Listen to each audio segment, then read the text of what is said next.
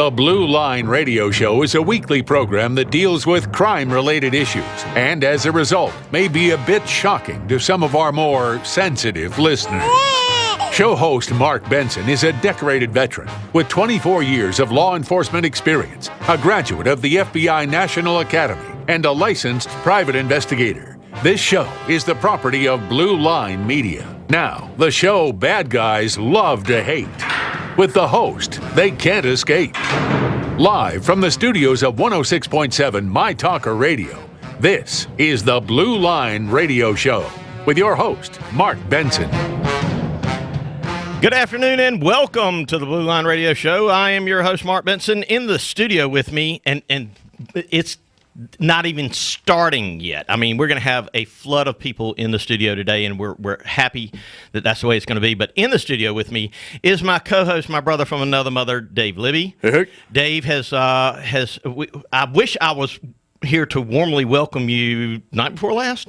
Yeah. I can't even remember. Yeah. I mean, you had like 15 different flight schedules from the People's Republic of California. Yeah. The East Coast weather made it a lot of fun getting back. Well, when you sent me an email or a text message saying that they were going to fly you in north, I was like, well, that's where the storm's head is. Yeah. So that kind of changed, and you came in from Atlanta. You did an end around. So got you back, and I thank my son, Ryan, for going to get you because I was up to my ears in alligators at that point, and it just was one of those things. But Dave is here with us. He spent some time with the folks. Yeah. It's been a week out there in the People's Republic and saw the folks, saw some old friends. Went places I hadn't been in 20 years. Oh, yeah, you went to the gym that you used to work out in high school. High school, yeah. And how it's was a lot that? Nicer now. It's greatly improved. I probably had some real things other than tires and exactly. ropes and all that kind of stuff. The chains were still there, but it wasn't just tires and ropes anymore. And Trey and Bill are out and in the studio, though, and I'm just going to say this for now, because there's more people coming. But we have with us, and we're going to be talking with in just a few minutes, Kim Munley, our own Kim Munley. She is Team Blue Line's favorite fair-haired girl. She's the beautiful Kim Munley that was the sergeant she was a civilian police officer in Fort Hood, Texas, when the Fort Hood massacre occurred. And she's going to tell us about some things that are going on with her and her endeavor to get justice done in Fort Hood. Get the people at DOD, at the White House, on every level that she can, and helping her get that done is my pimptress, and now her pimptress, Brenda McDonald. She's in here in the studio as well, and we've got the boss in here too. Goodness gracious. The boss, Curtis Wright, is here, and of course, Megan's in here, and Adam's, I think he's in there. Yeah, okay, there's Adam. Adam's in there. So, but we've got, in a little bit, we've got coming in General David Grange and Trevor Kracker, and they're going to talk about that event that we went to a few weeks ago in one of the other snow ice storms that we had. Right. But, anybody that's out of power right now, sorry. Move to a hospital grid. That's all I can tell you to do. How long, Kim, you live at Curie Beach or somewhere on Pleasure Island, we'll just say. Did you ever lose power or anything like? Most of yours was rain and a little bit of ice, maybe. Oh, we got a lot of wind and ice, but we didn't lose any power, or at least I didn't. Mm-hmm. My parents didn't, but I guess some people around Curie Beach Village did. But we were fortunate because our main transformer's right across the bridge, so it didn't come that far down. Yeah, but I mean, it's a mess, and anybody doesn't understand that. And one of the things I'd like to point out, and needless to say, in the newspaper this morning, there was nothing in the editorials that got me wound up one way or another, and so I don't have anything to gripe about as far as that's concerned. But one of the things I do have to say is that preparation is everything, and Dave talks about that all the time about training. When the what hits the fan, you stoop to your lowest level of training. And when we had a test drive 2 weeks ago on an ice and snowstorm, we should have seen this coming. We should have been prepared. We should have had multiple, law enforcement, extra manpower, everything else. But I got to imagine that they're looking at some of their budgets right now going, well, we had so many people working downtown and our overtime budget is getting a little slim right now because they've got to go to July. Right. So they're probably sitting there going, oh, well, let's see, an ice storm. Let's see. Well, if everybody stays home. Well, guess what? Not everybody stays home. There's some people that say, I've got to go to work. Right. And so when they go to work, what happens? Well, we used to be number one in the state for car crashes for many years. This year we skipped it, and I think we're number 2 or something like that. But so if we're number 2 in the state, or even in the top 5 of the state for car crashes, when the pavement's dry and the sun is out, and Dave talks about it all the time, you got gross tonnage, you got big cars, big trucks, you got college kids, you got geriatrics, you've got retirement community, you've got people trying to get from point A to point B as best and quickly as they can. And so that's a recipe for disaster. But you throw ice on top of it, holy smokes. I mean, I sat there and I said, well, after I started my truck up and took 30 minutes for it to start to thaw out, I mean, between the engine compartment and the heat on the inside and the defrosters on and everything else, I just said, who wants to pull out in this stuff? I had trees down at both ends of my street, so it would have been like, okay, I get to pull out my driveway and stop. Well, yeah. The other thing, Mark, and we talk about this a lot, though, is people in this area aren't trained to drive in those types of conditions anyway. So why do they do it, though? I mean, why? I understand the work thing. I understand if you've got to go to work, you got to go to work. You got to find a way to get to work. I mean, We had a guy up in the western part of the state that worked for Department of Corrections that drove his lawnmower, rode his lawnmower on the shoulder of the road of cars stacked up all over the interstate. He rode it on the shoulder of the road to get to work.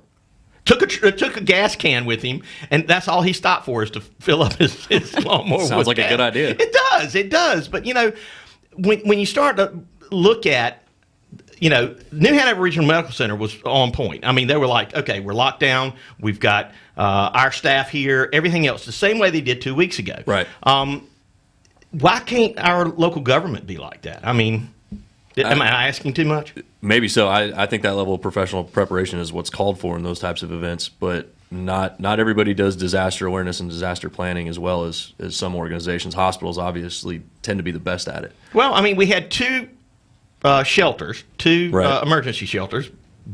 Both of them that they opened up, the 2 that they opened up, the generators didn't work. People could have stayed at the house. Who's the guy that didn't function check the generator? Well, they claimed that they function check the generators, I think he said once a week. But, I mean, I'm sorry. Somebody failed epically on that. So when you sit there and look at the problems that it caused, and one of the things that really disturbed me in the newspaper this morning was the headline on the local section of the Wilmington Star News, UNCW student charged in hit-and-run deaths on I-40. Now, this was a Charlie Foxtrot of epic proportions. This was up in Raleigh in Wake County. It seemed that a truck had a problem on the interstate in this weather, which they had tons of snow and blowing winds and ice and everything else. But Marshall H. Doran, 21, of Curie Beach, he thought it'd be a good idea to get out in this when he was allegedly impaired. He was originally charged with second-degree murder by Wake County District Attorney's Office and North Carolina Highway Patrol, and the next day they dropped the charges to 2 counts of felony death by motor vehicle and I think driving while impaired are 2 things, and I think he had some type of narcotics in his car. But he hit one. There was a crash. There was a crash scene, and needless to say, it was a lot of confusion. And they got out, and Good Samaritans got out and started trying to check and assess and see what they could do to help. He struck one person, killed him, struck another, killed him, and then as he crashed, he ran. The North Carolina State Highway Patrol helicopter got up in the air. He was running, and he finally turned himself in, I guess because it got cold. And now, I tell you what, I saw a guy, as a matter of fact, I apprehended a guy, or helped apprehend a guy on I-40 that had broken into a car that had been abandoned on the roadside, and a trooper up in Pender, Nas Jenkins, was off duty. and saw the guy breaking into the car, and so he went home to get it called in, and he came back to help us see if we could locate the guy. Well, the guy had jumped and run, and his getaway car had left him. And he jumped and run in the swamp. And it was about 22 degrees. Well, by the time we got lined up on I-40 to see if we could find where he was, he had cinder blocks for boots. He was walking like Frankenstein. He was frozen. He wanted to get arrested so he could get in a warm patrol car. But he stole, here's what he stole. He stole a spotlight out of a car. Broke into a spotlight just to steal, broke into a car just to steal a spotlight. The insanity of the whole thing. All right, we're going to our first break in the first hour of the Blue Line Radio Show. We'll be back here talking to you after the break.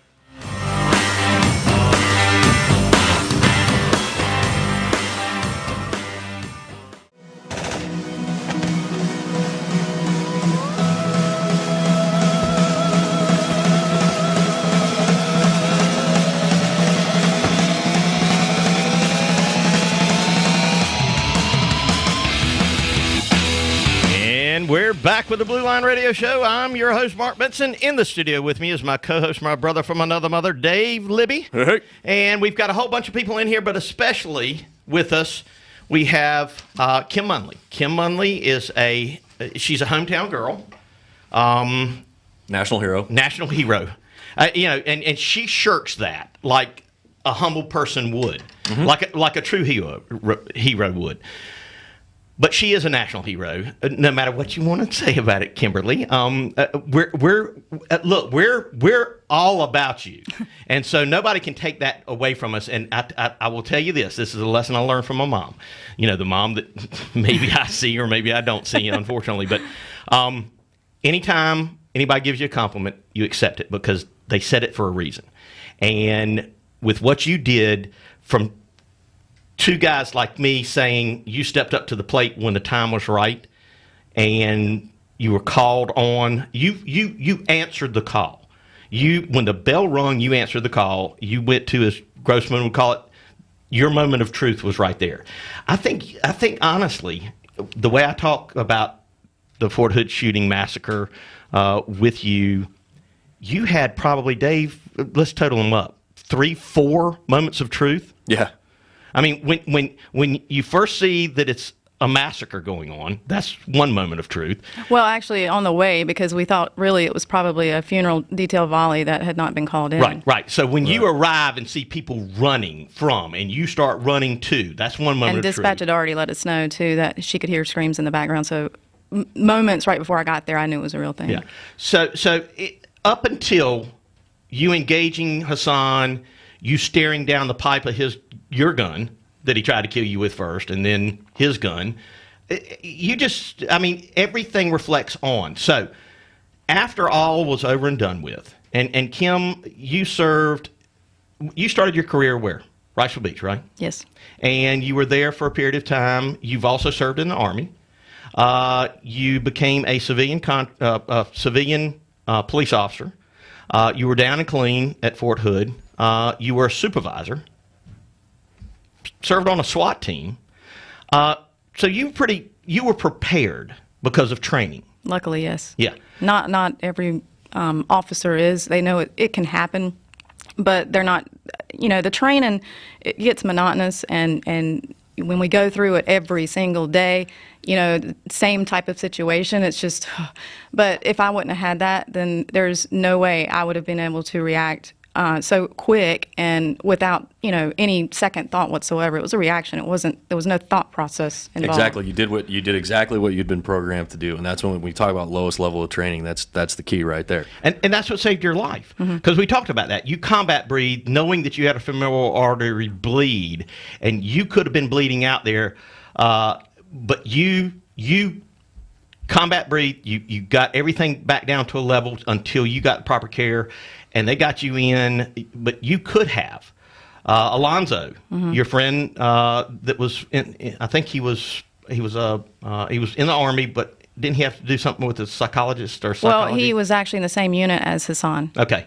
And he flatlined a few times while they were trying to bring him back. So right now, after all the incidents, after everything's happened, they pretty much told you to just sit down and be quiet and just be a good little employee, and we're going to call it workplace violence.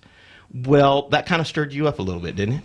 Yeah, the label and the classification didn't come until, I think, a year and a half, 2 years after the event. Mm-hmm. So during that time, we were trying to not jeopardize the trial by coming out, speaking out. But after a year, and when I started learning about the mistreatment of the soldiers, I started to begin to speak out then, not a lot, but especially after they labeled it as workplace violence and learning what the benefits that the soldiers are not getting because of that. And when everyone during that time, every high delegate, down to, from the president down to the Secretary of the Army, everybody said it was terrorism. And then they labeled it workplace violence, and they won't touch it with a 10-foot pole now. Now, have you found, I would like to touch on what the victims are being neglected of and for, but one of the things I want to touch on first, though, is the classification. And has anything come out, whether it's on a Capitol Hill committee or anything that y'all have found out through any other investigative bodies that have told y'all anything other than the fact that it was just a random act of violence by a fellow employee? Oh, yeah, we have plenty of evidence. We've got some that just came out recently, like within the last couple of weeks. 2 or 3 high-dollar transactions, foreign transactions to a bank that is under investigation for funding terrorism. And it was a transaction, 2 transactions of $20,000, one of $150,000 from that he made to this bank account. And this is before November 5th happened. Plus correspondence to Al-Awlaki. Al-Awlaki is now no longer with us. Yeah, right. They droned drone him. strike.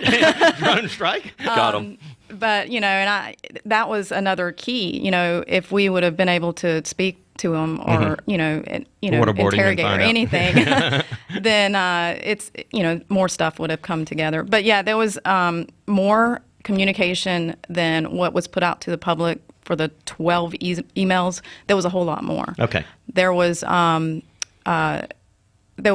not only communication, there was funding. There was so many things that linked that he was influenced by a foreign terrorist to do his act. But however, in court, they could not, they banned and they would not bring any of that into evidence whatsoever. So the excuse now that we're getting is they're going to go over the transcripts from court to see if there's any link to a foreign, terrorism or a foreign terrorist. But there's not going to be, because they didn't allow that in court. And they can't turn around and bring all the other stuff that we've got, because it might be a mistrial, or it might, he'll get an appeal based on that, not only its automatic appeal. So it's just a battle that we just have to keep fighting. We do have a bill in Congress right now with 240 sponsors, but it's still being stalled. They're still giving us excuses. So let's talk about the victims real quick, and then I want to talk about what you're getting ready to do. And you and Brenda are going to be traveling. It's from what I understand. I'm not sure that I really know what I'm talking about. But the victims, what do they get? What do they not get? Why is it important for it to be reclassified? It's important because what they're getting treated for, they've gotten treatment, but it's no different than, say, I'm in the Army at Fort Hood running for PT and slip and fall and break my ankle. Mm-hmm. That's the care that they're getting. What they're being neglected from is, if it's considered a combat wound, then it opens up the doors for them to not have to recoup their VA benefits on top of their Army retirement medical benefits. And that, in turn, they've already lost out of a minimum $60,000 to $80,000 per soldier. Phew. That's sad. But, okay, so the reclassification, does it... Well, workplace violence, of course, doesn't fit. It just doesn't fit on par by anything. But, Dave, you served in the United States Marine Corps, and if one of your own people in a uniform of yours were to yell out Allah Akbar Is that treasonous or is that terrorist, or does it matter? It's not workplace violence. I mean, is that an act of war as far as you're concerned? Yeah, in my mind, that's an act of war. Yeah. We can play the treason card all day long. I like that one too, but realistically, what happened there was a terrorist attack on U.S. soil. Okay. And it was from a sleeper. It was from everything. The great minds that sit in think tanks in D.C. and say this is how they're going to hit us next. The Boston bombing, things like that. This is exactly what they're predicting. And when you look at Fort Hood, we got hit by a one-man sleeper cell inside the United States Army and killed. It's an act of terrorism. That's killed all there is to 13 it. people and injured 30. 31, and then another one was injured by shrapnel, but and an unborn baby as well was killed. Yeah, and as a matter of fact, the unborn baby's mother begged him She was after she had been "My injured. baby, please don't, my baby." And he just executed her with no compunction whatsoever, as he tried to do with you. Mm-hmm. Okay, so now y'all are getting ready. Well, we're going to talk about that after the bottom of the hour break, because we're getting ready to come up on the bottom of the hour break. But let's. But real quick, to get back to what Kim was talking about as far as the reclassification goes, this is an outright act of cowardice on our government's part. Okay. To not admit that there was a terrorist attack on U.S. soil because it would tarnish a certain somebody's reputation is an act of flat-out cowardice, and it's treason to our soldiers. Plain and simple. All right. And I think you've got the large audience that we have in total agreement with you. And if you want to call him out, I would say the guy at 1600, or even Eric Holder. Eric Holder holds a whole bunch of responsibility. You mean that Attorney General that belongs in prison right now? Yeah, absolutely. Yeah, that guy. Okay. Yeah. All right. Well, we're going to go to our bottom hour break of the first hour of the Blue Line Radio Show. Be back here talking with you after the break. 7 My Talker Radio. This is the Blue Line Radio Show with Marc Benson. And we're back with the Blue Line Radio Show. I'm your host, Marc Benson. My co-host, Dave Libbey, is with us. Hey. Got also a special guest with us, one of our own Blue Line Radio crew, Kim Munley. And you can, look, there's so many links to her. Just Google anything you want to, or Bing anything you want to. You're going to find her everywhere. She's on our Blue Line Radio Facebook page, from diving in the mud to do mud runs to, just all events that we do. And we just appreciate who she is to us. And when you start to think about the challenges that this young lady has taken on, as compared to, bucking the system doesn't even cut it, because you're fighting not only DOD, you're fighting the White House, because the White House, I have to say, they exploited the hell out of you. They had you at his State of the Union address just after you were recovering. You were still on crutches, or at least a cane. Yeah, it was just a matter of 5 days after I got my knee replacement put in. Yeah, and so and right there beside the first whatever she is, first a lot of things, but you were told that this would be taken care of. You were told, trust them, it would be reclassified, and that was how many years ago? 4.5 years ago. Yeah. And so now, with your struggle, with your strife, with the drive and motivation that you've got, and let me tell you, you're a tiger. There's no ifs, ands, or buts about it. I don't care what Riceville Beach labeled you back in the day when you worked down there, and we're not even going to mention what your code name was back then, because I did watch the cartoon when I was a little fella, by the way, but it was a Cape Crusader of some sort, we'll just say, that could fly, and he had big ears. But here I come to save the day. But she would jump in the middle of a fight. I've talked to plenty of guys that work with her at Riceville Beach, and if there was a fight going on, it was like she just dove in and said, "Let me get a piece of that too." So, but you actually, with deadly force, engaged Hassan, shot him twice, got shot by him several times. And so the fight is still not over. You went to court, and I loved the summary that you posted on Blue Line Radio Facebook page. I loved the way you told the events of your testimony and how you addressed him in court, and how you looked at him and he was a skeleton shell of a piece of crap that he sat in his wheelchair, because he is paralyzed from the waist down, correct? From the chest down. Chest down. So you felt like you had recovered some of your life back, by standing up to him and showing him that you were strong enough to face him yet again.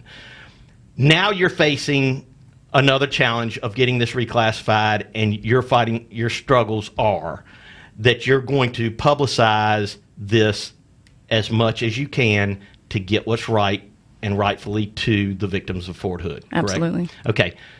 So first off, you're writing a book. Yes. And we're excited about this book, and you're writing it. Yes, I am. I don't have a ghostwriter or anything. So yeah. And so you're putting this together, and with the help, you've already got a publisher. You've already got all this kind of stuff going on, right?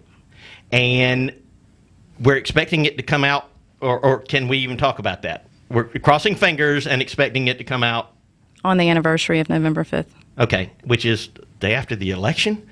Holy smoke. Boy, we got a busy year ahead of us, don't we?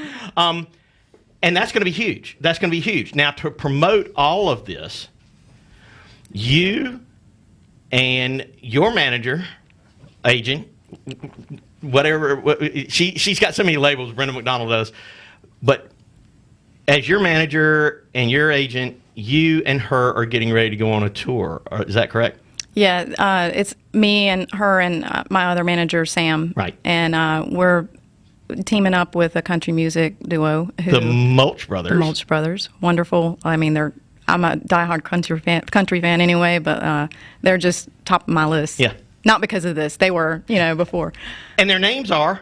David Mulch and Marc Mulch. Mark and Dave. Yeah. Go figure. There's a pattern here, Kim.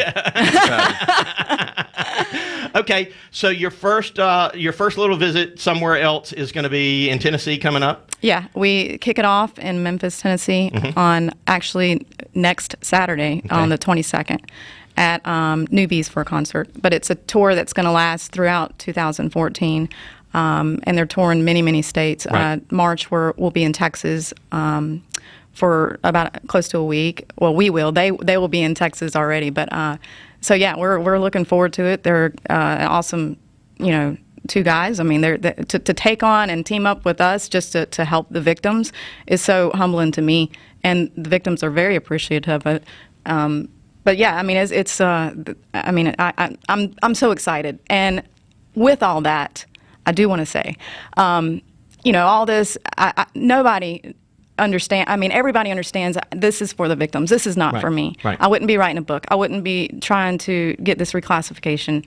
And with that, it comes with scrutiny. People are going to, I say the haters, the trolls or whatever, are going to say certain things. Right.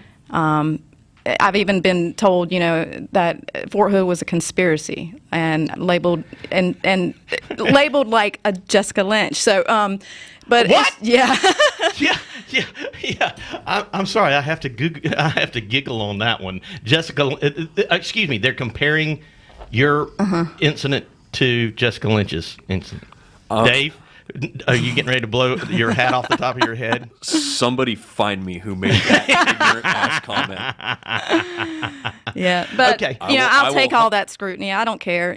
Bring it. I know what our mission and our goal is, and as long as we complete it and win our fight, then it's all worth it. You know. Now, are y'all going to be in Killeen or anywhere around Fort Hood during this tour? Okay. In March we'll be there. I think Dave and I need to fly out there probably, and we'll take the Blue Line Radio jet out Personal there. security team. Yeah. That works. We'll be your close security detail. So with the Mulch Brothers, you're going to be going from place to place, and these guys. Well, as a matter of fact, the Mulch Brothers are they're up and coming, but they're recorded artists and all this. They're very good. You can find them on your website, and it's Kim Munley.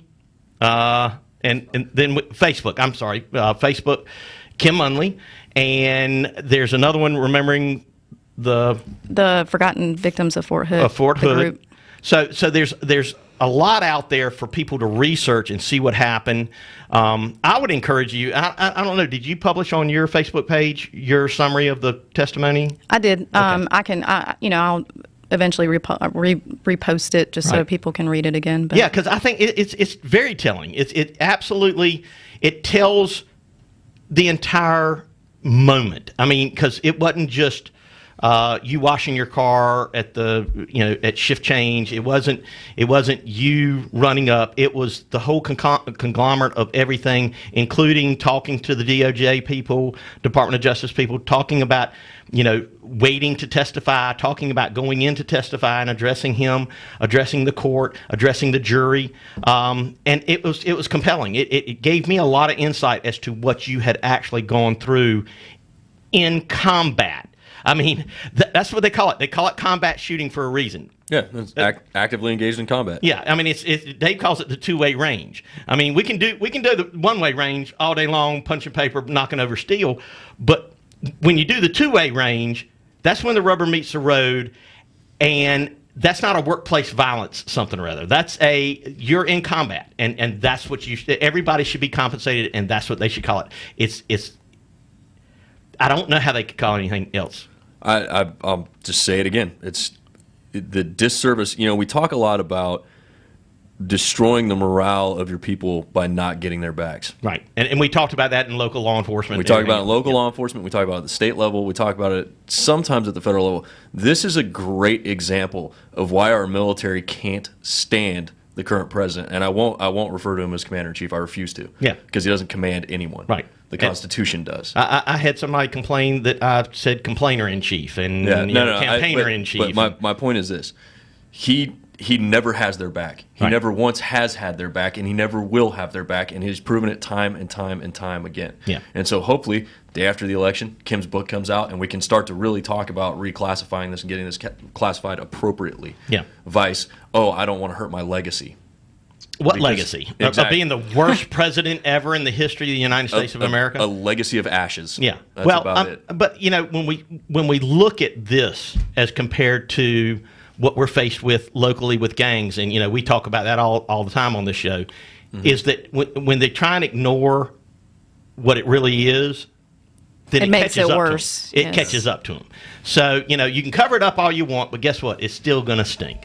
And that's what you are all about. And that's what the tour's all about. And, you got to thank people like Brenda to help get through this. And I can't wait to find out the stories when y'all come out. And it's going to be shared stories. I don't want to hear them. It's going to be shared. I don't want to hear them. It's going to be shared stories. It's not going to be anything that anybody tells on anybody. But we're going to go to our third quarter break right now here on the first hour of the Blue Line Radio Show. Be back here talking with you after the break. This is the Blue Line Radio Show. Surely you can't be serious. I am serious. And don't call me Shirley. I can't take it anymore! The new 106.7 My Talker Radio.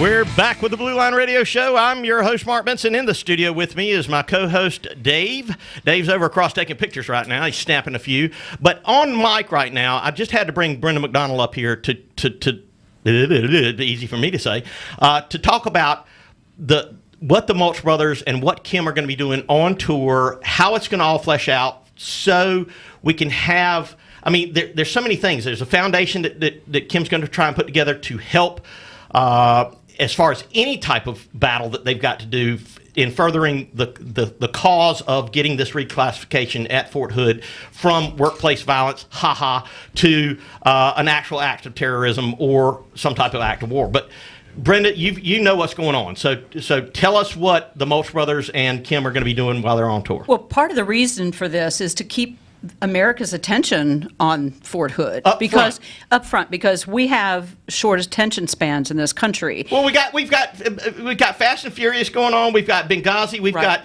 everything that you can think of. There's so many flashes that everybody's looking at all the little shiny stuff. And I said stuff. Believe it or not, I didn't say the that latest word, but today's shiny stuff, and they forget about things like Fort Hood. Right. And it takes a big effort to get our attention in this country. So with this tour, part of it is to get people's attention back onto it. So as these guys are singing and performing at their shows, part of it will be Kim speaking, during a break and talking about it with the Mulch Brothers about why they joined up. And they've actually got a song. They do. One of the songs on their latest CD is called "I'm All In," Right. and they are dedicating all proceeds from that song. Every time that song is downloaded, the money will be going to the Kim Munley Foundation. Okay. And that foundation is set up just to help the victims of Fort Hood. Kim's not getting a salary from it. The Mulch brothers are not getting paid for any of this. They're paying for the tour out of their own pockets and donating proceeds from this song to the Kim Munley Foundation. So that another Dave and Marc team are out there, giving all to try and make an appearance to where. Not an appearance. This is a dedication. They are very patriotic, Yeah. and they met Kim here in Wilmington last fall and fell in love with her, as we all do, and they connected, and it was like, let's do this, Yeah. and they wanted to join up with her cause because they began to feel very passionately about it after talking to her, and felt like she truly was America's hero. And Sam is Sam is my business partner. He Right. also owns the record label that the Mulch brothers are on. and he's out of Nashville. Memphis. Memphis, And that's okay. how we all kind of connected. I've known the Mulch brothers for a few years now, and that's just how we all connected and put it all together.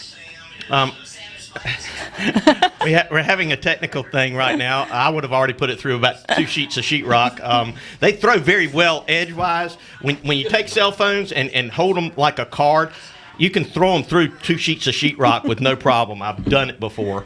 But the Mulch brothers also the Mulch brothers have had some prior successes. The movie Country Strong, they had a song in that. They've had a couple of TV shows that they've had songs in. They're opening for some pretty major country music acts right now across the country. And just down home kind of guys. Oh, easy. And yeah. and the interesting thing is they're not from Tennessee. They're No, not they're from New Jersey originally. Yeah. Yeah. So I mean, that's cool all in itself. And but they're true Americans. They're just they're doing this just because it's America and it's the right thing to do. So when y'all go on tour, you're starting off in Memphis, but you're going to go. It's the other places. Just it's going to be Memphis. nationwide. We're starting in Memphis with Kim and them. That's going to be Right. the kickoff at Newbies in Memphis, and then they are moving on to Mississippi, Oklahoma, New Mexico. Then we're going to join back up with them again in Texas for a few days, and they've got Oregon, I believe, on the list. I don't know. Then they're going to hit the West Coast again because their fans in California are clamoring for them. So. Oh, really? So Yeah. the People's Republic of California, actually, They have a lot of fans in California. Good, Yeah. good. Well, that'll be great for Dave's kinfolk over there on the left coast, where they actually interpret. I'm sure with some type of sign language what they're trying to say. But an easy way for people to help Kim's foundation, I mean, certainly you can donate, and she'll be putting stuff on her Facebook page, her Right. official Facebook page shortly about that. But the easiest way is to download I'm All In, because all the proceeds from that on iTunes goes to the foundation and specifically for the victims. so is it just iTunes or is it? Just on iTunes. Okay. Anything that's downloaded on iTunes. Okay, so it's not the other place that you told me about in Pandora and all that kind. It's Yep. iTunes. iTunes. Okay, so 99 cents, but 99 cents can make a difference. oh yeah, absolutely, and the cause that she's going through, and this is not an easy challenge. I talk to her every once in a while she's supposedly or trying to write her book, and I probably ratted her just out. But it's only just a couple minutes, Brenda. She could have been taking a break, But most of the time it's text, so she could be doing something else. But she's on this. She is on this. Sometimes I check with her. She's up at 2 o'clock in the morning, as I am, 4 o'clock in the morning. So this is a dedicated effort of hers, and I'd like to thank you for keeping her centered, because she's got a personal life. I mean, she's got a family, and so it's not just this battle with DOD and the Pentagon and 1600 Pennsylvania Avenue, and probably some spooks and some other things out there that she doesn't even know. But she's also got these people that wear man dresses and pie hats and all this kind of stuff that would like to have bad things happen to her, but they're going to have to get through us first. Well, I've said this repeatedly. Kim is a hero in my eyes, not because of what she did that day at Fort Hood, but for what she's done since then. Right. Because she gets nothing for these efforts. No, she This is for the soldiers, and because, darn it, is just what's right. Right, You right. know? So that's why she's my hero. Yeah, and when she took this on, she did it without even batting an eye. Mm-hmm. And it's just like the call when she got the call, the shooting on Fort Hood. When she got the call, she didn't hesitate. When she pulled up, saw people running, she didn't hesitate. When she saw Hassan with his FN, she didn't hesitate. When he stood over her and tried to kill her after he had shot her. And came very close to killing her. Yeah, she did not hesitate. And then she tried to further this without hesitation, thinking that she was playing the role, and found out that politics is an ugly, ugly creature, and she was betrayed just like the troops at Fort Hood. That's right. So we're bringing it to light. We're trying to do everything we can, and the responsible thing is that our audience should support her as best we can. I mean, we've got an audience all over the world, well, at least all over the country, and Dave's made sure pretty much all over the world with his crew that he runs with. But so, I mean, it's important. All In by the Mulch Brothers. I'm all in. Yeah, I'm all in. And we've just recently gotten some good national attention, international attention to the Fort Hood incident and the tour coming up. Who? Glenn Beck. Yes. I put it on our Blue Line Radio Facebook page, for gosh sakes. She did an interview with Glenn Beck on the Blaze Network. Right. And Kim, you said that you saw Marc Benson incarnate in gosh, I did. Glenn Beck. I've come to the show many times, and I see you get so passionate about a story or an incident that's happened locally or nationally, and you know, I see your face turn red and your blood pressure just tops out, and you shake because you get so wrapped up and passionate in that story. Yeah. And whenever I did the interview with Glenn Beck, he went off on a tangent that was not planned from his production crew for like 5 minutes about, you know, how turned red. Yes, he turned red. And I was like, oh my God, that's Marc Benson. And you know, and it was great. It was Wednesday, and I was on a show at 5 o'clock, and then For the Record, which is a series that the Blaze has every Wednesday, kicked off their season premiere, their second season premiere on Wednesday with the story on Fort Hood, and it's an hour investigative piece. It's like a documentary. Yes, and no one can sit there and recall and summarize what happened at Fort Hood and what's happened since, unless you watch this special. And it's on the Blaze. You can still go back and watch it. Right, and you can read Sarah's story. And you can read Sarah Carter's story, yeah. And it's just it'll floor you. I mean, just the stuff that has happened that the public does not know about. And it was a great piece of investigative journalism that they did, and they're not giving up on this story. Yeah, I mean, we're kind of on standby for future stories. They've already done just 3 this week, written 3 or 4 this week. She's on first-name basis with Sean Hannity, for God's sake. I know. I mean, you know, jealousy reigns here. All right. I'll get you there, too. Kim, thank you very much for coming in. Thank you and for I always supporting, I hope we can hang out after the show. Brenda, thank you for all you do as well. All right, we're going to the top of our break here on the Blue Line Radio Show. Be back here talking with you after the break.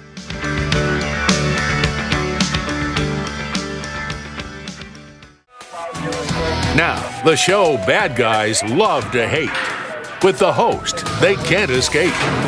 Live from the studios of 106.7 My Talker Radio, this is the Blue Line Radio Show with your host, Marc Benson. And we're back with the Blue Line Radio Show. I am your host, Marc Benson. It is Saturday. We're running like as we're doing the best job we can with 2 hours, and I think we're pretty good on schedule right now. And I've got my co-host finally came back from the People's Republic. They released him from the People's Republic of California. He was out visiting folks.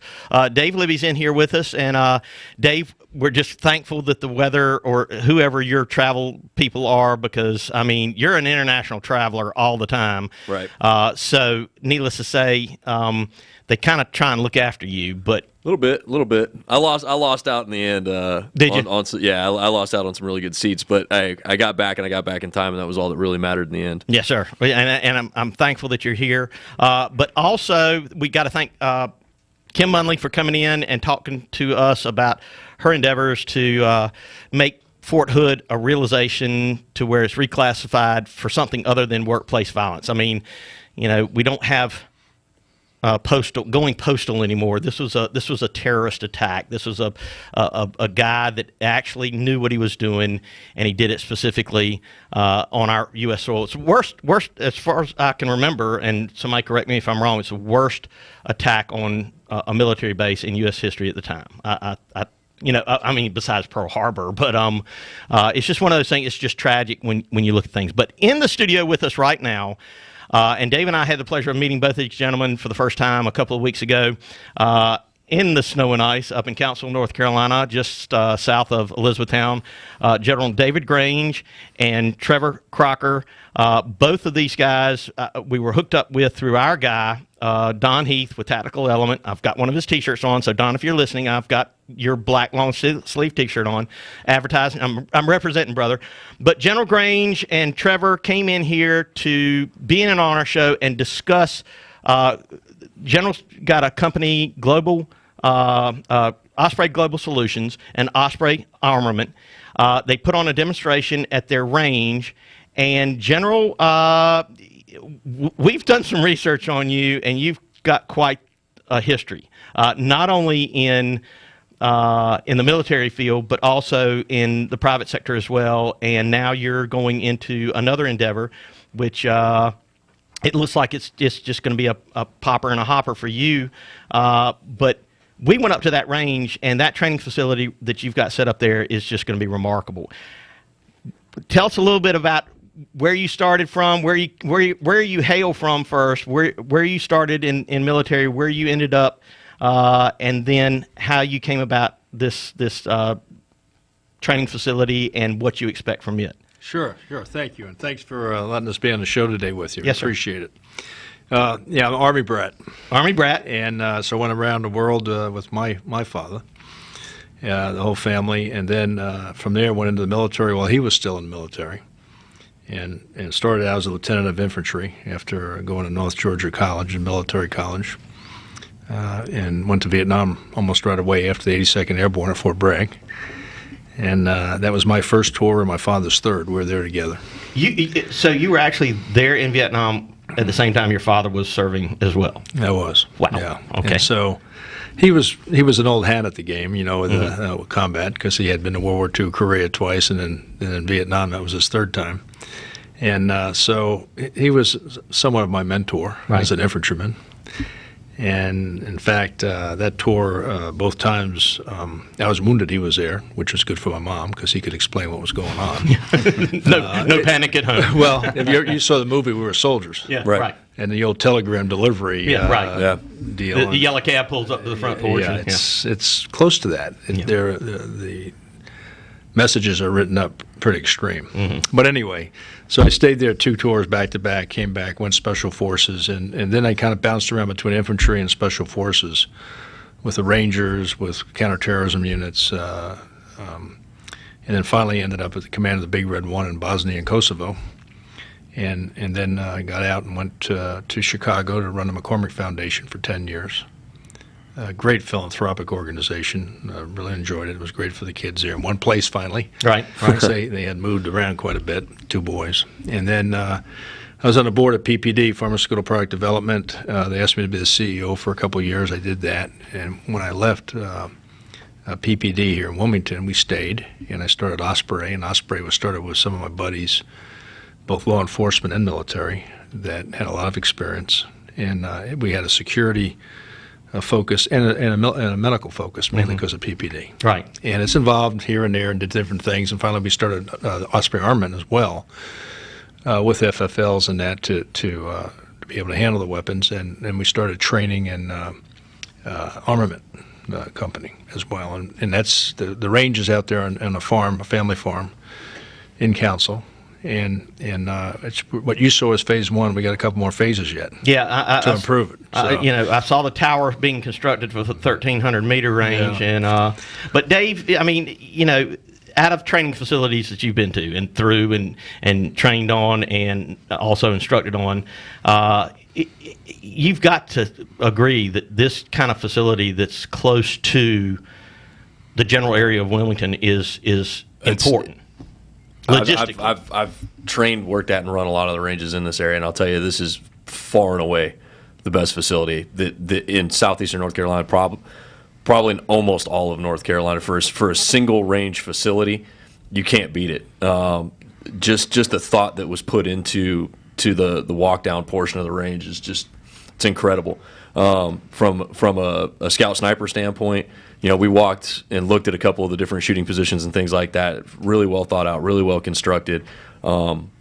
Maybe a little too comfortable for my liking, but that's because long range training needs to happen in a bubble. Yeah, it just absolutely outstanding facility. Now, and logistically, you told me when we were out there, this is premium because it's Bragg's right up the road, Right. Lejeune's right up the road.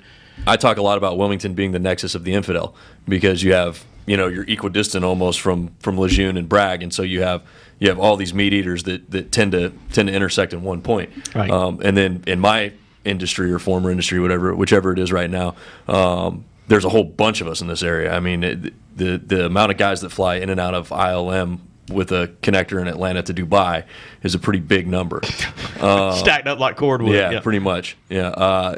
So that being said, this is absolutely the place to have it. Yeah.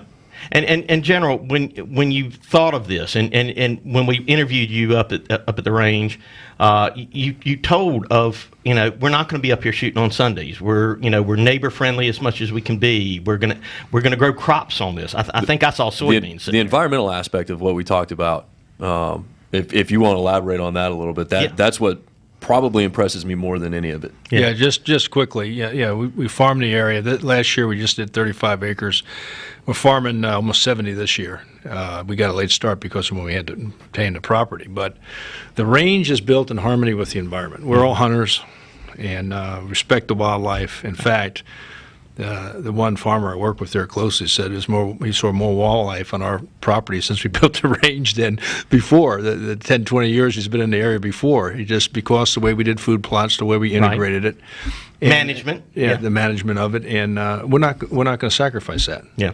So even though you only saw phase 1 and we have phase 2 and 3 left for the range to make it even better than what you saw, we're not going to encroach on that farming and that hunting requirement that we're going to stand by. And you said something about wild turkey season. There ain't going to be anything that's going to disturb that. I think I heard you say that up at. So I guess that's one of your favorite hunts. Roger that. There'll be, we had a couple courses we were thinking about doing during that time period. We took them off the schedule. So you like to be still and quiet and watch them come in, don't you? Well, it kind of goes hand in hand with the sniper. Yeah, it does. It does, right? Absolutely. I've met very few hunters of gunmen who weren't hunters of something else before and during. Right. Yeah. We always say, a good hunter makes a good soldier better. Mm-hmm. Yeah, absolutely. And a hunter, the same way goes the other way. So you've got some other ideas of some things that Osprey Global is going to be doing, and I mean, you're traveling all the time as well. I mean, you're up to speed as far as the environment overseas. Are these things that you're going to be exploring as well? I mean, this training facility, I think, if I understand it correctly, and correct me if I'm wrong, military, law enforcement, and there possibly be some civilian type training courses of either concealed handgun carry or some type of defensive tactics. Correct. Type That's something right. or other. That's right. So, I mean, this is not out of anybody else's reach, right? That's right. It's not a drop in range, but we want to have it structured, and we want to have serious people that use it, that come in. For instance, I think it's very important to do a home defense course. Mm-hmm. Mm-hmm. I think if a husband and wife wants to come in, they want to protect their family, they want to get some training a little beyond just the base requirement minimums. Right. For instance, if you ever, how many concealed carry courses do you do where you actually do something out of a car? Right. Get your heart pumping. Going in and out of a door and doing like something. You have to set it up where you can experience a little bit of what may happen up in your face. So, I like that. So we'll be very razor focused on the groups that we work with that are serious, and I'd rather not have a course than have a course that's sloppy. Amen. Well, General, hang in there. We're going to take our first quarter break in the second hour here on the Blue Line Radio Show. Back here talking with the General and Trevor and Dave after the break. The weekly show that bad guys love to hate, with the host they can't escape. You're despicable. This is the Blue Line Radio Show, the new 106.7 My Talker Radio.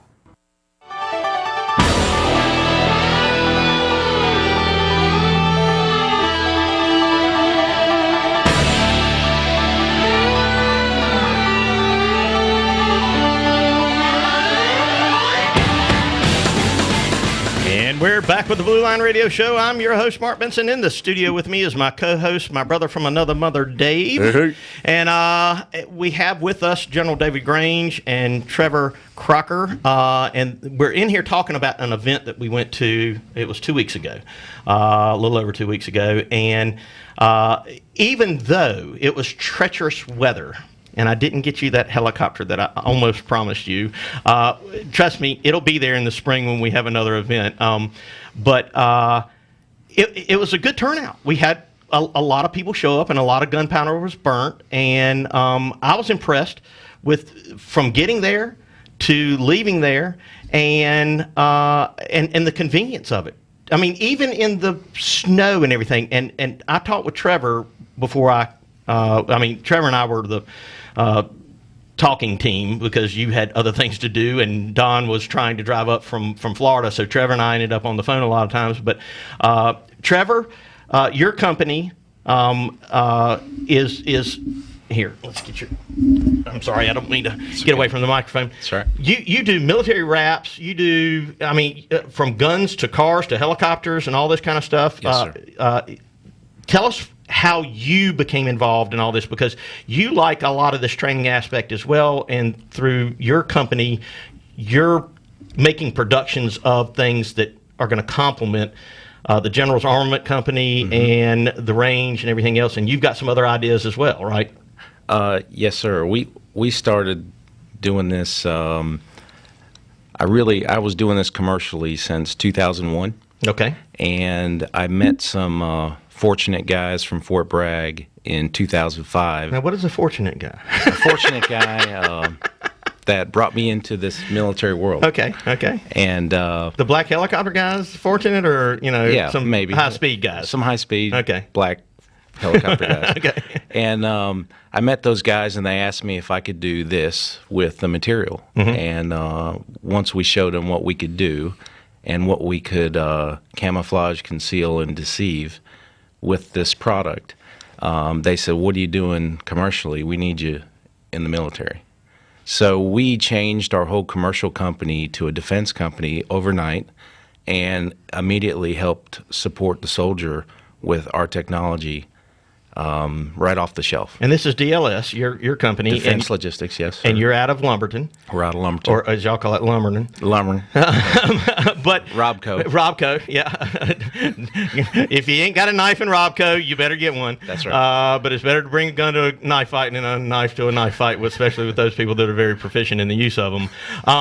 But so your company, you can practically mirror things with yes, the wraps that you do, right? Yes, sir. We can. Our material will stick to about any substrate or anything you want to stick to, as long as we know the application. Okay. 3M Defense, we work with them solely on our product line, and then they help develop things that we need. Like if you have a problem, or a group or a team has a problem, or something you want to build or hide or whatever, their R&D department helps support that and comes down and helps us get that accomplished. So is that how you and the General met, or did y'all meet a long time ago, or what? I met General Grange at, what was it, Hardee's?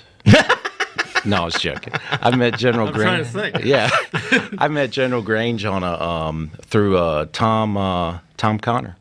Yeah. Brought me to you on a job. We were going to build a training scenario. Okay. And that's how I met him, through Greg Lahr and Tom Connor. Okay. And then ever since then, we hit it off about a year and a half ago. Yep. Well, I'm impressed to be in the presence, and the only reason why I say this, General, I'm not kissing your butt or anything like that, but you're a visionary, and for you to have worked with somebody like Fred Eshelman, Dr. Fred Eshelman, he too is a visionary. I mean, he took PPD. My little sister started in PPD with him very many years ago, and it is one of the largest pharmaceutical product companies in the world.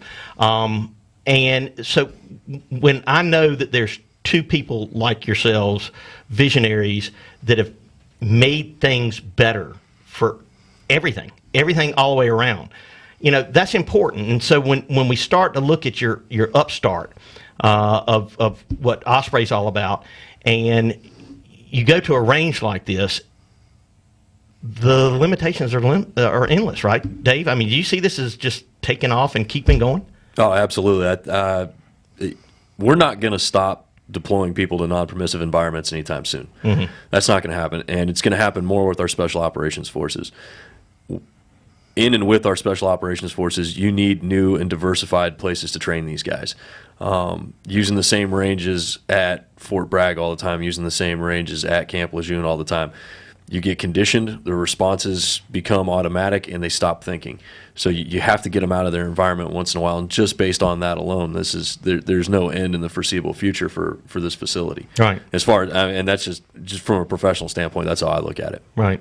Now General, when you start to think about who you're going to be who's going to be coming to your range, when you start to think about the weaponry, the armament that you're putting together. I mean, you're specializing a lot of. I really wanted to shoot that 308 M4 platform LaRue. LaRue, yeah. I really wanted to get my hands on that, but I was busy taking pictures and making sure that we were doing what we were supposed to be doing up there and getting the interviews done. But that was an impressive piece of machinery or equipment, and y'all just aren't stopping there. And I believe Dave brought his Glock in because he wanted to go through a couple things, because y'all are upgrading a Glock. I think I have your Tier 2 designed already for you. Yes.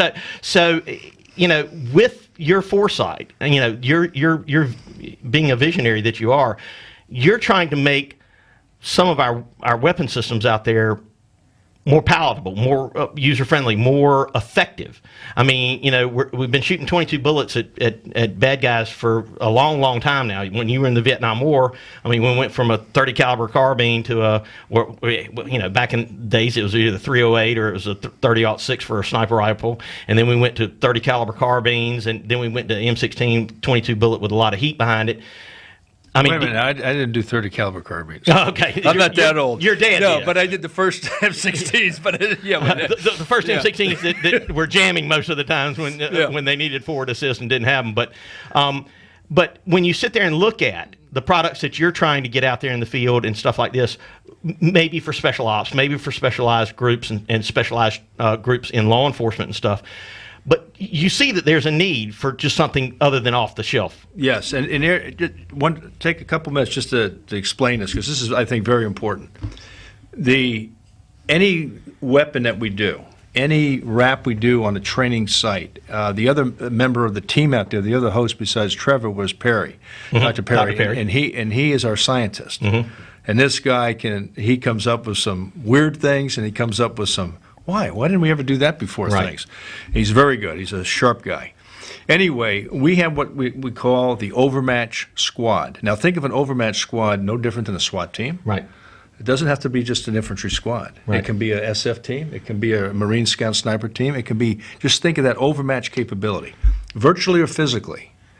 There's no reason why forces of the United States of America cannot always overmatch the enemy. And our problem is we try to overmatch by piling in at higher echelons. In other words, we get into a fight and we say, oh, we need an Apache helicopter. Mm-hmm. We need a drone. We need mortar fire. Right. The squad leader, who has 9 guys, they all have 5.56, mm-hmm. says, oh, I can't reach the enemy. He's beyond 600 meters. Right. So I have to pull up a 240 machine gun. Right. We want to power down to the squad level and design weapons that a squad can use effectively to take down any adversary out to 1,000 meters. I like that. And there's no reason why you can't do that. There isn't a reason why you can't do that in a specialized team. I don't think in the standard infantry unit you can do that because of the amount of training involved that it takes to take something out at 1,000. However, the concept of the overmatched squad falls right in line with Force 21 and everything else. It is absolutely everything that the infantryman wants to advance to. It's what, whether you've got a blue cord or you're an 03 series, big infantry, that's the capacity and capability they want. Right. And when they have that capacity and capability, it allows our special operations units to focus more on what they need to be focused on instead of doing essentially what evolves into an infantry mission a lot of times. Right. And the thing is, you can't, if you start with the SOF, it usually spills over. Right. to the infantry, to the general purpose forces. But the LaRue you're talking about, the 308, that's what we're saying a designated marksman should carry in a squad. Reach out and touch somebody. You can go past 600 meters. Yep. And hurt somebody's feelings real bad. Right now, the Taliban has more overmatched than our squad in combat. Yeah. At the squad team level. Right. And that's the unless sad you thing. have a specialized TOE or, Right. table of organization. Yes, sir. Right now. And that's to me, that's morally wrong. Well, we're going to take our bottom of the hour break here on the Blue Line Radio Show. Back here talking with this crew of meat-eating heavy hitters after the break.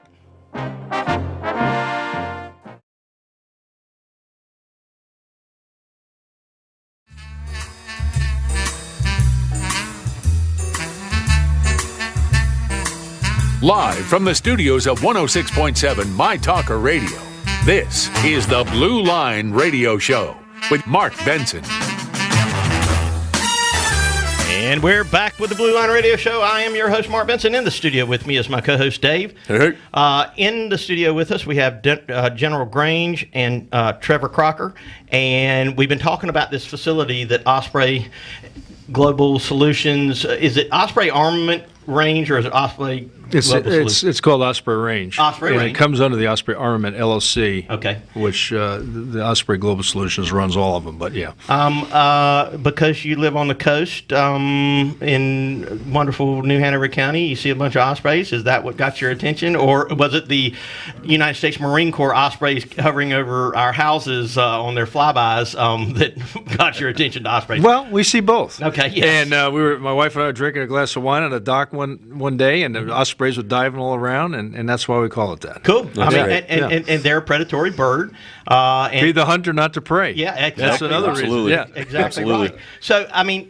So this facility, like I talked about, is that it's absolutely convenient. It's surrounded by turf farms. Very few houses, and it's at the almost at the end of a dead end road where the ferry goes across the Cape Fear River. So the environment there is conducive to any type of thing, just like you're talking about, from wildlife hunting to waterfowl hunt. Because saw some of those while I was up there. Saw some decoys on your pond too, which made me kind of get excited. But I think we had a couple of flights of birds go over, but just because of the from the backstop in, you're surrounded by woods.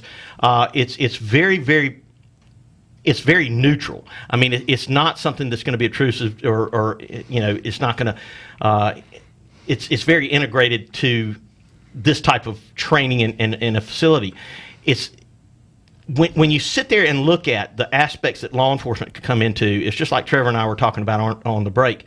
When you've got a group like you guys and a group like Don Heath with Tactical Element, that is such a good fit all the way around. It's not even funny. And when I've got somebody in the studio with me like Kim Munley, who was shot at Fort Hood taking on a terrorist, and I've got a detective out there that's in our listening audience, Mike Spencer, who was shot in one of our housing developments months back through his femur, and had it not been for an FBI agent on scene with the proper medical training and a tourniquet, it could have been very bad for Mike, and Mike may not even be with us today. So, when we've got the opportunity to have a group like Tactical Element up here at your range with your arm, with everything that is incorporated here, it's a win-win. Yeah, I think that's a great point.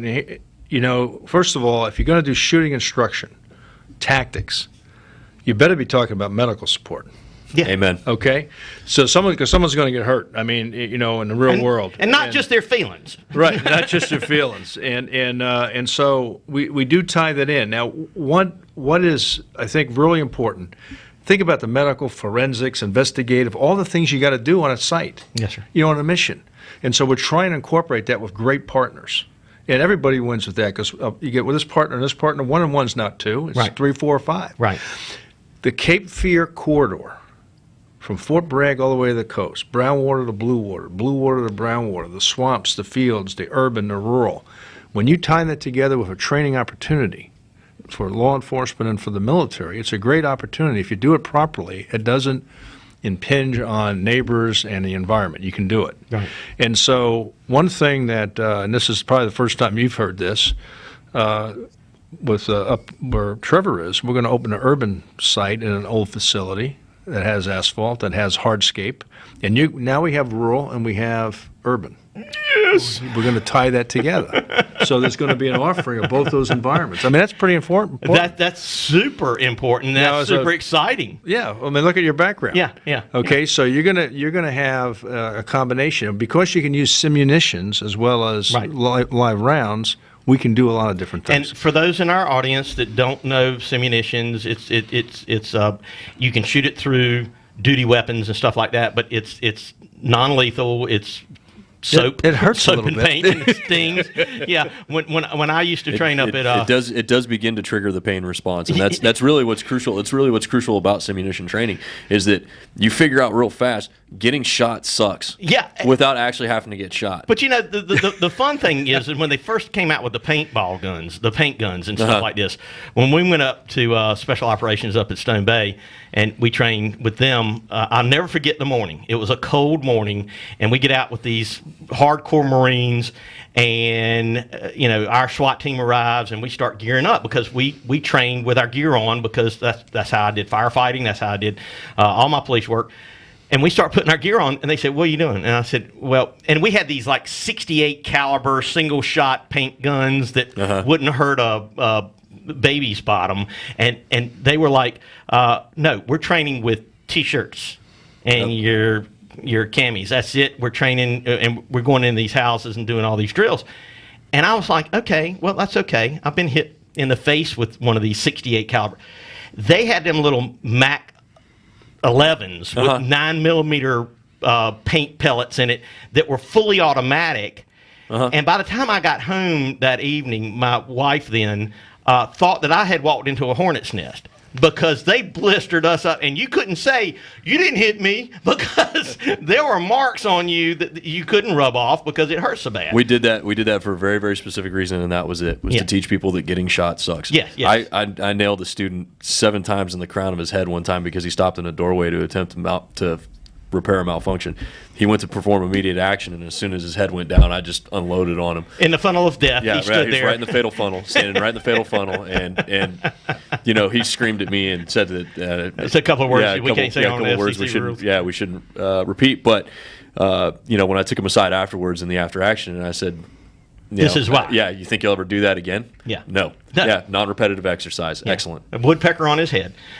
So I'm excited to hear this new news because it's going to affect both military and law enforcement. And when it's up at a facility such as Lumberton, it's right off of I-95. So the conduit that is there. I mean, it's the transpo is there, the infrastructure is there, and when you start to look at how economically it can be to effective law enforcement to get the training that they need, it's a no-brainer. I mean, but here again, there's a lot of people that have thought of these things. Yeah. Y'all are implementing these things, and I'm sure you're going to be tweaking some things from here to there. But I mean, Lumberton, I'm sure I don't know how much law enforcement, Trevor, you've got up in the Lumberton area.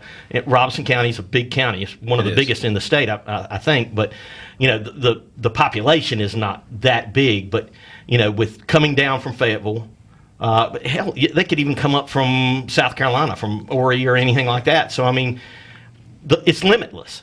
And when you sit there, okay, I guess the next question, General, is where's the hotel going to be in Council, North Carolina? No, I'm kidding, but you've got a grin on your face. But anyway, it just seems like it's going to be not only fun and educational, but it's going to be one of the things that it's going to imprint. It's going to have a huge imprint in southeastern North Carolina for effective training for law enforcement and the people that want to learn, whether it's civilian. Now, let's talk about that real quick. Civilians. What is there going to participation in going to be? Is it going to be specific instructors of yours, or is it going to be instructors that can sign on with you? How is that going to develop as far as the Osprey range? Sure, because we do mobile training as well. Mm-hmm. Okay. And so it may be in Florida, it could be out believe it or not, they're setting one up in California. It could be up in Virginia. They could be different places that there's mobile training teams. And we're actually working on one overseas right now. Not a facility, but the guys that we bring together. And what we have is a very good Rolodex, and it's endless. And so people add to that all the time. Former law enforcement officers, guys from Lejeune, guys from Fort Bragg, whatever. It doesn't matter. And we don't want them. They don't have to all be from Southeast North Carolina. They can be from across the United States because of where we train. So the opportunities to teach a class, and let's say we have a class where we need a 4-day advanced long gun. We may have to, and the 2 guys, let's say, that we're using right now are not available. We're going to go look for 2 guys and get their credentials and bring them out there and see if they can do that for 4 days with us. They'll benefit from it economically, and we'll benefit from it because we'll be able to fill the requirement for the students of the training thing. Now, some people are going to come out there and train in a coordinated manner and do their own thing because they know how to do their own thing. And remember, the range and soon the urban facility is a research, development, training, and evaluation site as well. And you saw that the other day with the use of smoke. How many times did you have a problem concealing a movement from the last building to the hit site because smoke couldn't be used right? You saw that the other day. That's just one quick example. So you're going to see a lot of research and development going on. And that isn't where you're actually doing a contract with people. You're supporting an effort. Could be with the FBI, could be with the military, whoever. Thinking outside the box. That's what we like to do here on Blue Line Radio, and it sounds like these guys are in tune to the same dynamics as we are, and I'm impressed, and I can't be any more impressed than I am right now, and I'm happy to be here, and it's our last quarter break here on the Blue Line Radio Show. Back here talking with you after the break.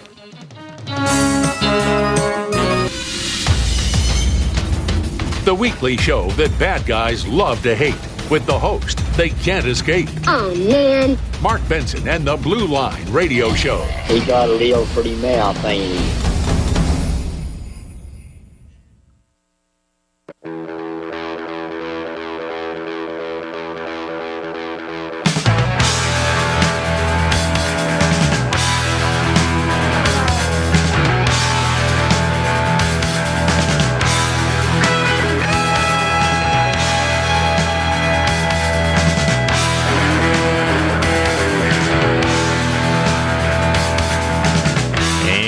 Back with the Blue Line Radio Show. I'm your host, Marc Benson. In the studio with me is my co-host, Dave Libbey. We also have in the studio General David Grange and Trevor Kracker. They've been absolute wonderful guests today, and I can't thank them enough for everything that they have. Look, when I got the invite from Don Heath, let me tell you something. I've known Don for quite some time. And he's got as many irons as the fire as all of us do. And it's just like you were talking about, General, as far as having mobile training groups and everything like that. He's got it mobilized to where the 4 corners of the United States are taken care of. He's got a van and a trailer with all his TCCC and his combat casualty care equipment, medical training equipment, everywhere that can go in a moment's notice. He's most of the time I'm catching up with him. He is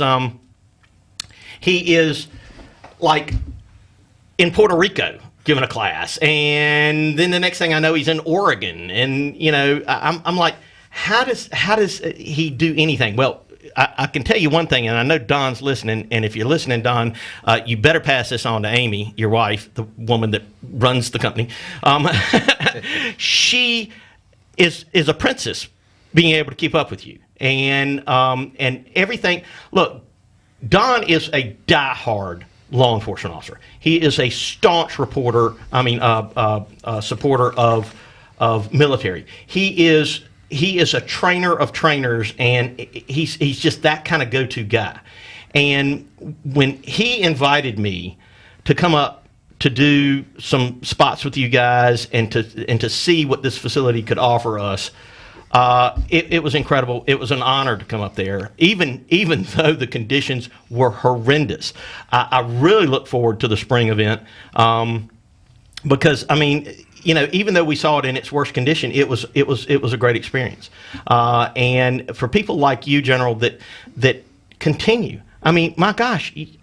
you served in Vietnam. You were wounded. You've been in every special operations group that's known to man practically, and then came down here and helped with Dr. Eshelman's group. And now you're like, guess what? I still got plenty of air and plenty of breath left in me. I'm not going to stop. And you got people like Trevor, a young buck like Trevor, that's sitting there and he gets excited about talking about this kind of stuff.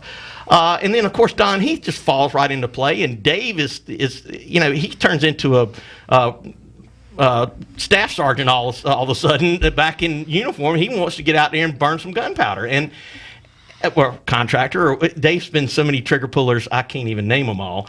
But, I'm sure Kim Munley will be up at your range at some point. I'm sure that I'm going to be up at your range. And I'm sure that most of the people in this studio are going to be up at your range.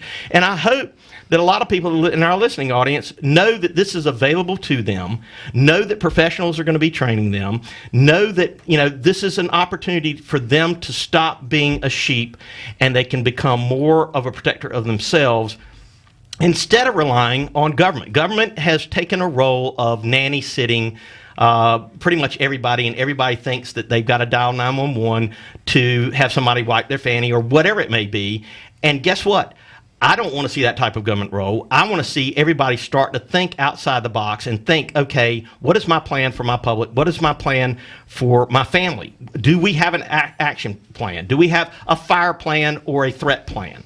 And those kind of things are the most important things for families and individuals to think about. And, sir, while you may be from the Vietnam era, you don't look it. I watched you on that range. I took pictures of you on that range. You were as 90 miles an hour as this young man, Trevor, sitting beside you. And so you still got it in you. Dave, you see the same thing about the General? Oh, yeah, absolutely. That's just that comes with the territory of years of having been that guy. Yeah. And there's no real phrase for it. There's not anything, there's nothing tangible about it. There's that inherent, innate thing that just ticks in people like the General, and it never goes away. Could you see Grossman coming to it and doing a seminar and then doing a training exercise at a range like that? That would be like Mecca for me. I would be like absolutely giddy over something like that. But Dave, you've protected generals. You just came back from Afghanistan just a little over a month ago, or not. I can't even keep up with the time, but I guess it was about a month ago. Your responsibilities were to protect gentlemen like the General here. And is this? This kind of class of man that still has vim and vigor in them, the same kind of product that you worked with over there? I never had to protect a general that could potentially outshoot me.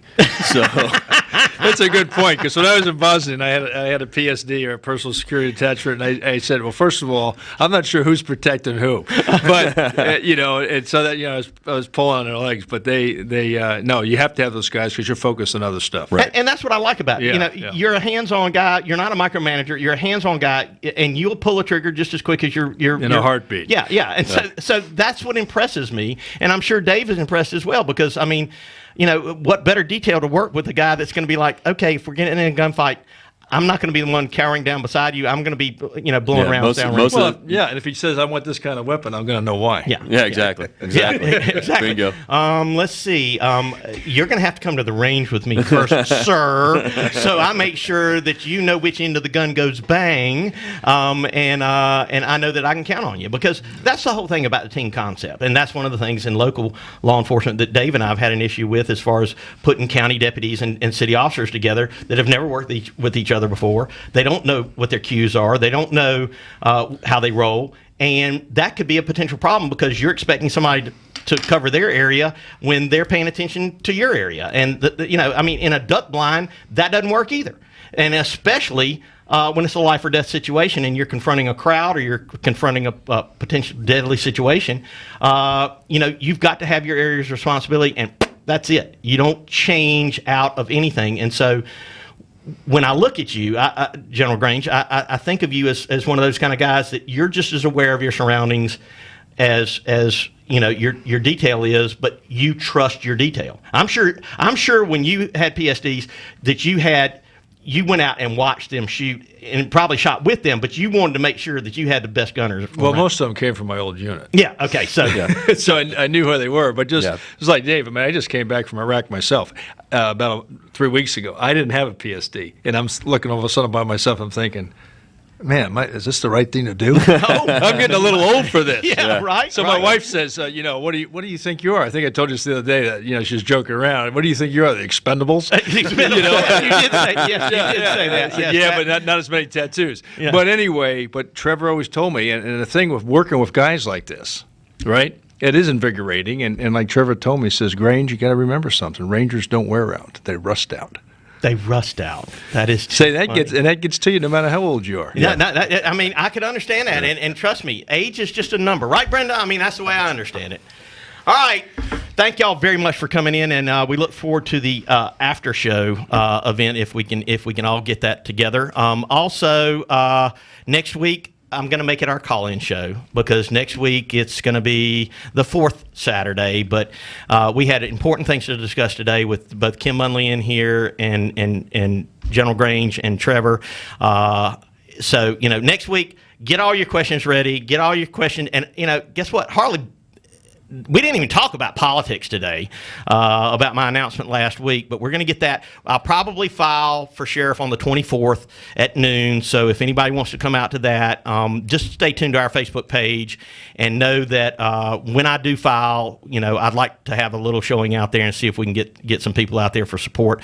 But left of center real quick, Robber wears flower pot, bears his buttocks. This happened in Australia. Thank goodness we're not talking about Florida today or Ohio or anything else. An Australian man is accused of trying to rob a 7-Eleven with a running chainsaw and flower pot on his head.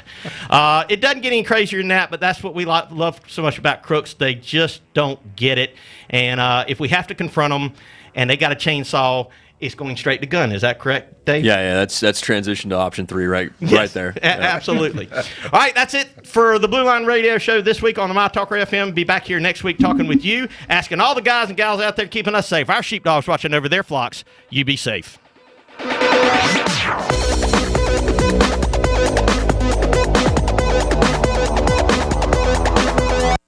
America's top talkers are back. Glenn Beck, Sean Hannity, Laura Ingram, and more. The new 106.7 WMYT, Carolina Beach.